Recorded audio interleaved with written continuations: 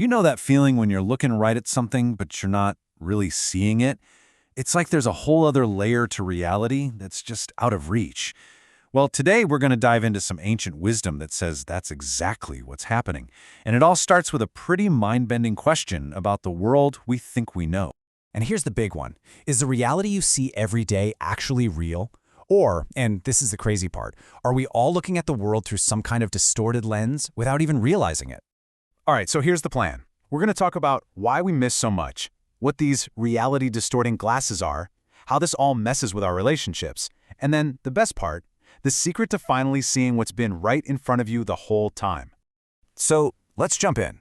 Why is there this gap between what we look at and what we truly see? Well, this wisdom we're digging into suggests it's because there's a hidden reality all around us, but it gets drowned out by all the noise going on inside our own heads. I mean, just think about it for a second. How much of your day are you actually present? So often, our minds are like little time machines, either replaying old memories from the past or fast-forwarding to anxieties about the future. And all that mental time travel, it completely blocks us from seeing this simple, incredible reality of what's happening right now. So, what's causing this disconnect? Well, the source we're pulling from has this fantastic metaphor. It's like we are all born wearing a pair of invisible glasses that tint and warp everything we look at. So let's talk about what those glasses are made of. This filter, this lens, is called a guiding belief. It's this super deep-seated conviction about ourselves and the world, usually formed when we were kids. And it's so baked into who we are that we don't even notice it's there. You know, it's not a belief we have, it's more like a belief that has us. And where does a belief this powerful come from? It actually comes from a part of us that's been called the natural soul, or maybe a better way to think of it is the surviving child. Now, this isn't all of who you are. It's that primal part that is just focused on one thing, survival. It's always on high alert, scanning for danger, and building these rigid beliefs to keep you safe. Okay, here's a perfect example of how this plays out. Let's say someone's guiding belief because of their childhood is I'm not good enough. So reality is super simple. A stranger on the street smiles at them. But, boom, that internal filter, that surviving child, instantly twists it through that lens of worthlessness, and the interpretation becomes, they're definitely laughing at me. The actual reality never even had a chance.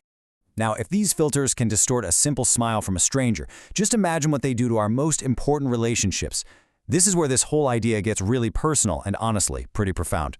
A lot of the time, we think we're giving love, right? But what might be happening is we're just trying to heal our own past. The classic example is a parent who gives their kid all the toys and opportunities they never had. But they're so busy doing that, they completely miss what their kid, this unique little person, actually needs right now. There's this incredible teaching that just hits the nail on the head.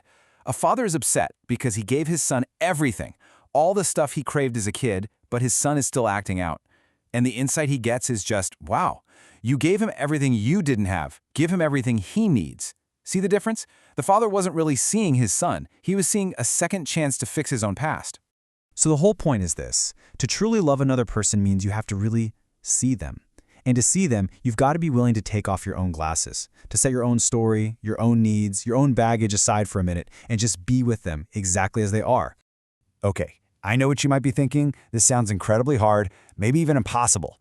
But here's the good news. There's a deep spiritual path that is all about this exact thing, a practical way to get to that clear vision. And it all starts with this one simple ancient request. Open my eyes. And of course, this isn't about asking for better eyesight. It's a deep, intentional plea to just dissolve those inner filters, to get rid of the guiding beliefs of that surviving child so that we can finally see the world with a sense of wonder again. This whole concept of inner sight has this amazing history. You can almost think of it in three big steps. First, you have Moses, who revealed the outer teachings, the rules, the stories. Then, centuries later, Rabbi Shimon Bar Yochai, or Rashbi, came along and unveiled the inner dimension, the very soul of those ideas. And then, more recently, the Hasidic movement took that deep wisdom and made it something everyone could access, teaching us how to find that deeper reality in our normal, everyday lives.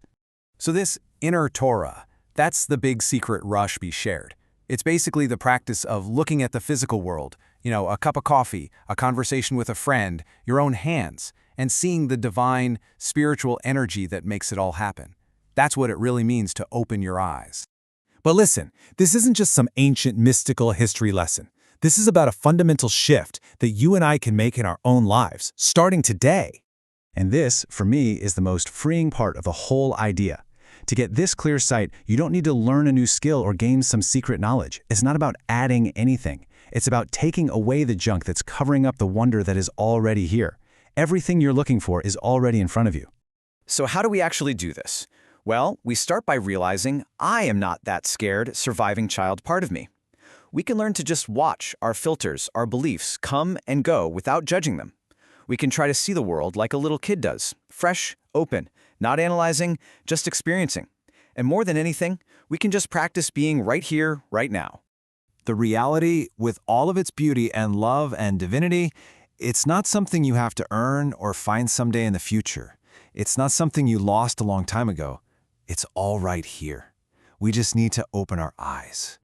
So, I'll just leave you with this one question to think about.